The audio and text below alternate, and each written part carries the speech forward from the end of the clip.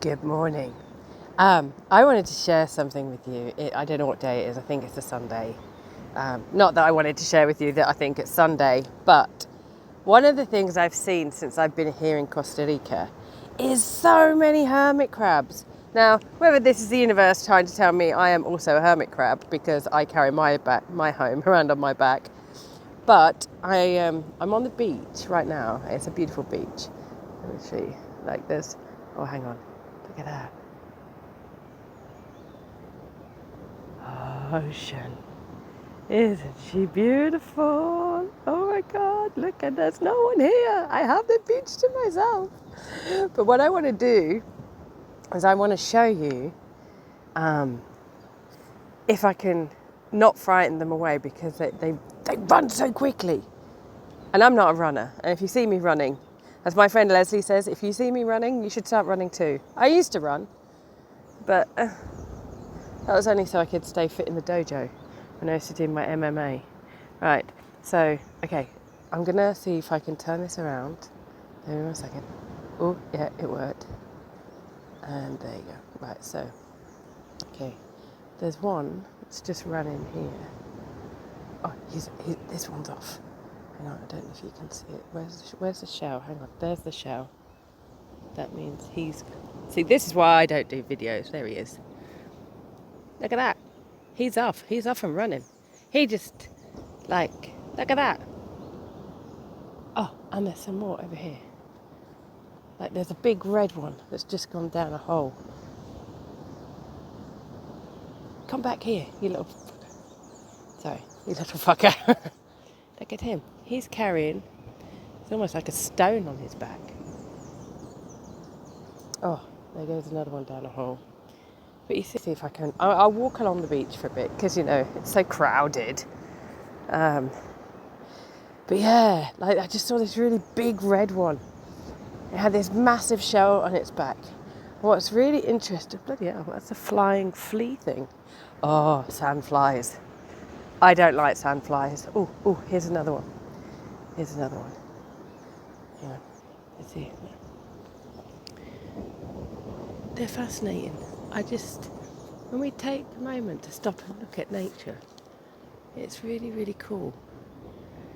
Like these holes that they make. It's like art. Hey look, I don't know if you can see this. It's like you've got art on the beach. I mean, that should win the Turner Prize, surely. Oh, there's the other one. Okay, let's see if you can see this one. Hang on.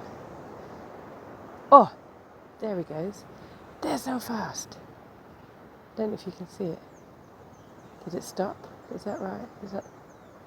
Yeah, do you see how fast they are?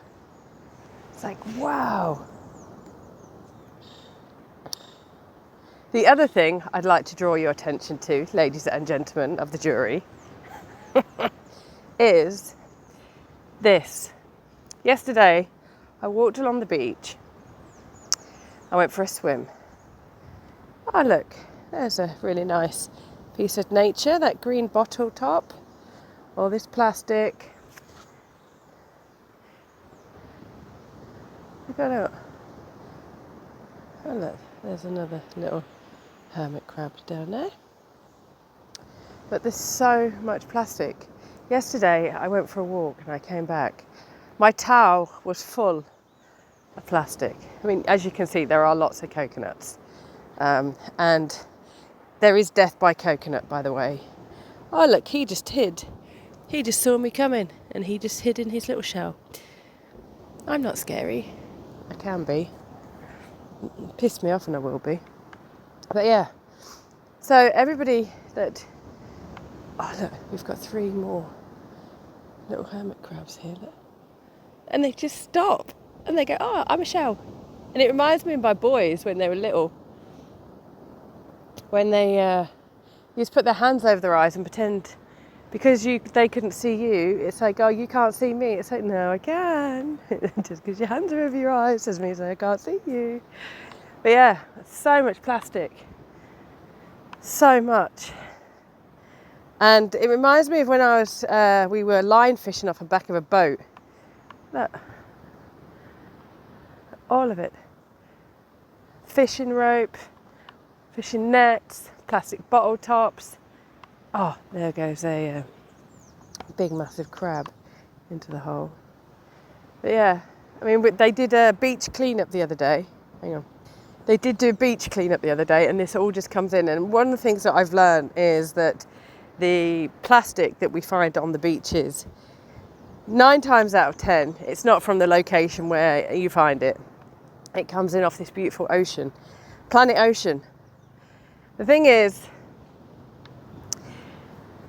when I was in Brazil, I went horse riding along the beach and I recorded it. There's another bit of plastic. Like, I'm coming back out here later with a black bin bag. Yeah, I do that. I go to the beach with black bin bags and I take it all back, and so I do things like that. I thought I just saw a dolphin. I recorded this video, and it was when I had Instagram, and there was just so much oil on the beach, and I was like, oh, look at that, that's so beautiful, that's a dream, oh, you're so lucky, horse riding on the beach. It's like, guys, you're missing the fucking point. I'm not showing you that I'm horse riding on the beach. I'm showing you the layer of oil on the sand. And people still missed it. It was so fucking obvious. It was like, how can you not see that? And that's the thing. People don't want to see stuff. They don't want to see their own shadows. They don't want to see their own wounding. They don't want to see their own excuses. They don't want to see their own behaviour and how it's negatively impacting the planet or each other. And that's why a lot of people don't like being around me, because I trigger the fuck out of people. Because I will own it. Yesterday I was rude to a lady, and it's because I felt trapped here. You know, there's no ATM, there's no food for me here. And it's like, but what do I choose? Do I choose, you know, getting here was a bloody palaver and a half, because it's Semana Santo, so there's no buses. A couple that I shared a taxi with, they got to where they needed to get to catch a boat to get to their hotel on the other side, somewhere over there. They couldn't get there. And so what happened? Someone goes, oh, I'll take you for $100. It was only supposed to be $30. I'll take you for $100.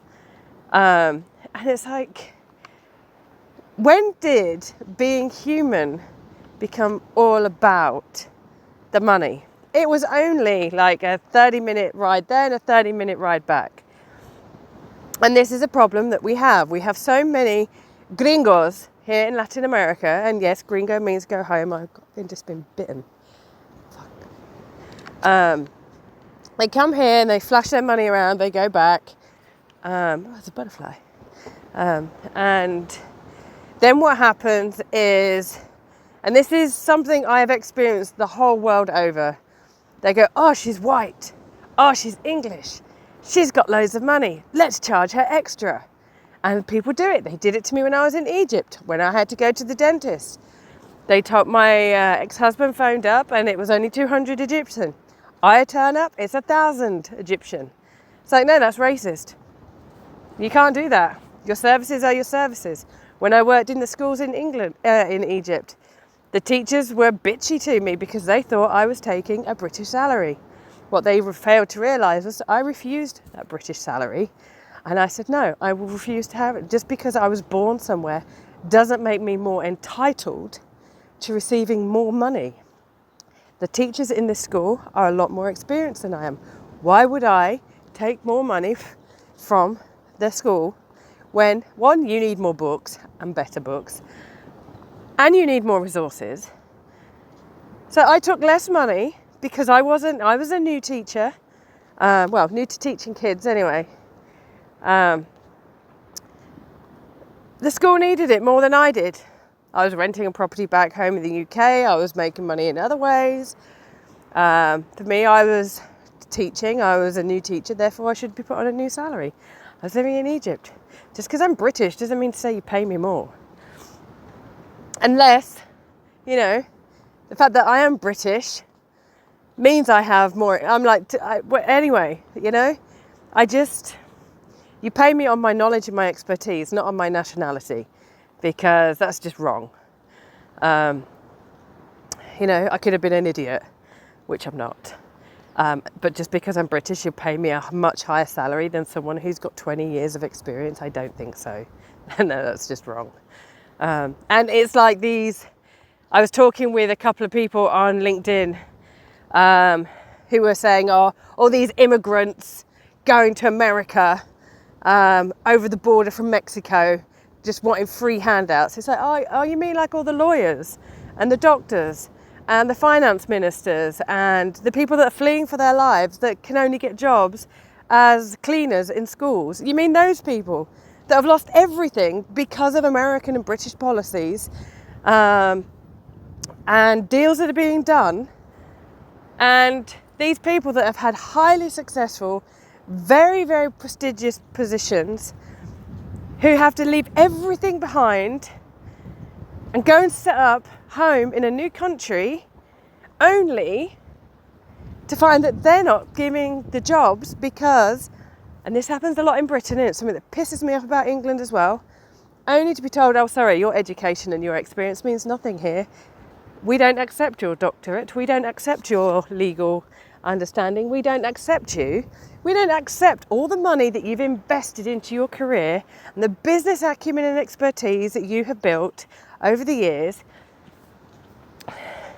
So you're going to just have to be a cleaner. Not that there's anything wrong with being a cleaner. But seriously, everyone that comes over that border is looking for free handouts.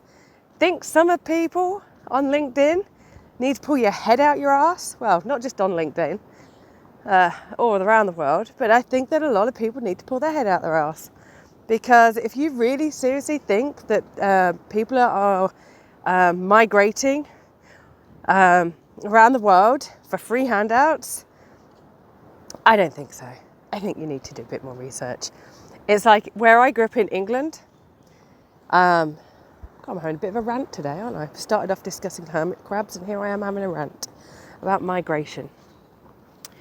And Jenny, I know if you're watching this, Jenny Wright, and Gemma, you're probably having a giggle, Gemma Perkins.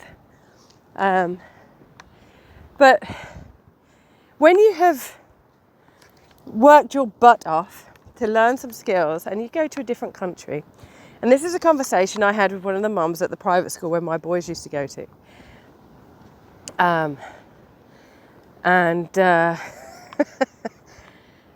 It was hilarious. She said, oh, it's so fabulous that you're going to take your children to go live out in Egypt. What a fantastic experience for them.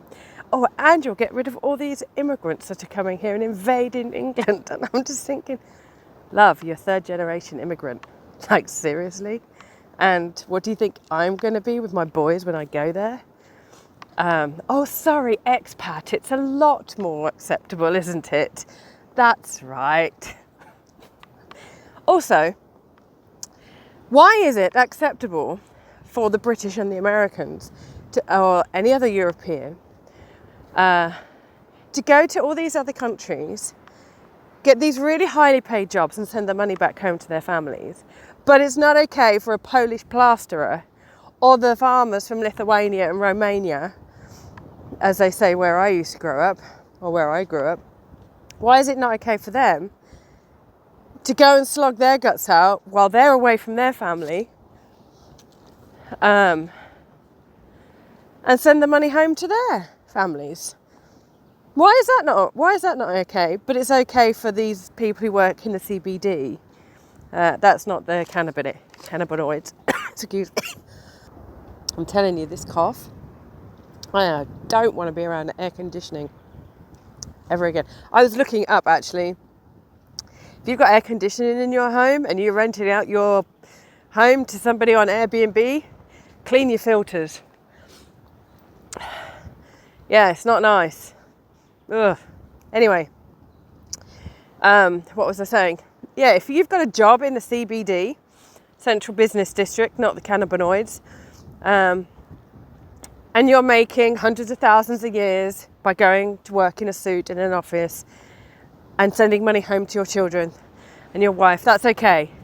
But if you slog your guts out working on a farm or plastering or building someone's house and send your money back to someone in Eastern Europe, that's not okay. When did that become acceptable? Are we really that ignorant as a species? Why am I asking that question? Of course we are. Well, some of us are. So yeah, it's my little rant for Easter Sunday. For those who celebrate Easter, I don't do religion. I believe in a higher force, higher energy, entity, being. Because let's be honest, you know, when you look at the blueprint of life, whether it's the estuaries and the river system and the streams, or whether you look at the veins in your body, or the veins and the roots of trees and plants, or you look at the way the cosmos is laid out, blueprint for life, blueprint of life. And obviously we need religion, which is man-made, to tell us how to be. And all we have to do is really turn in. Which, as you'll read in Faith, the 5th book in the Sacral series, that's all about faith and spiritual abuse and religious abuse. That's been a very interesting book to write, and I'm so grateful for being gifted this story to share with you all. So if you haven't read the first 4 books in the Sacral series, probably a good time to go and order them so you can catch up or get present to what's going on. You've got Moana, Layla. There goes another. I think this one is so sandy coloured you're probably not going to see it. But yeah, you've got Moana, Layla, Pandora and Alpha to read before you read Faith. So yeah, and there's loads of other books on my website as well, or in Waterstones, or in Borders, Barnes and Noble, in every online and offline bookstore and library around the world, because that's what we do. We don't just do Amazon. Lots of people boycott Amazon. So if you're an author and you only upload it to Amazon, you might want to consider republishing to a lot more platforms. And if you need help with that, you know where I am. I'm going to keep walking for a bit longer. Then I'm going to go back, have some coffee, enjoy my book, and I will see you again tomorrow for whatever day it is of the video challenge. Have a great day. Ciao for now.